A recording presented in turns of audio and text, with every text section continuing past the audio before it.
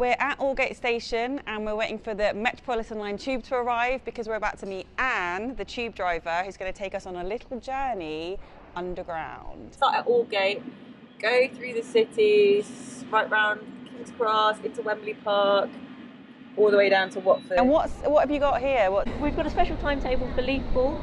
So in the autumn, we've got leaves on the line. So we run a special timetable specifically for weather mitigation.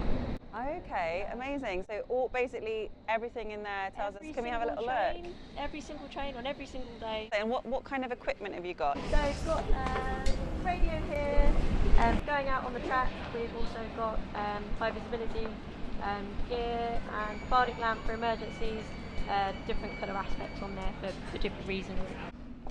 So just like a car, you've got these are all the basic controls for day-to-day stuff. So depending on what side your platform's on, you've got your door controls for the right-hand side and your door controls for the left-hand side. Various communications buttons here, so you've got the public address system here. Okay. You can also call the rear cab, so if you had a member of staff in the back cab. Yeah. Dealing with passenger emergency alarms, we talk to people with this one, and then there's also radio for talking to the line controller, any sort of information that needs to be passed on there. So basically, you actually drive this train. It's not like we just press a button. No. So on the Metropolitan Line and the other subsurface line, so Circle, Hammersmith and City and District, it's manually driven. What do we have to do before we set off? First of all, check that the signal is in your favour. Okay. So at the moment, we've got a Hammersmith and City line train coming across the junction. We've got to wait for that signal to turn green. That one there? Yeah. Yeah. And then when that signal's turned green, we're going to check the monitors here, check the platform train interface to check that there's no one trying to get on or trying to get off. Yeah.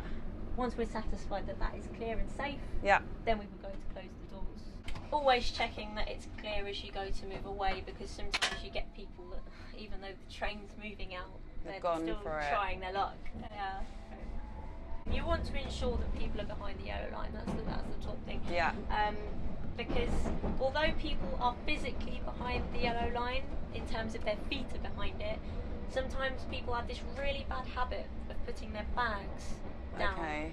And when they lean down to go and pick up their bag, they don't realise that they're bending over the yellow line. Mind the doors, mind the doors.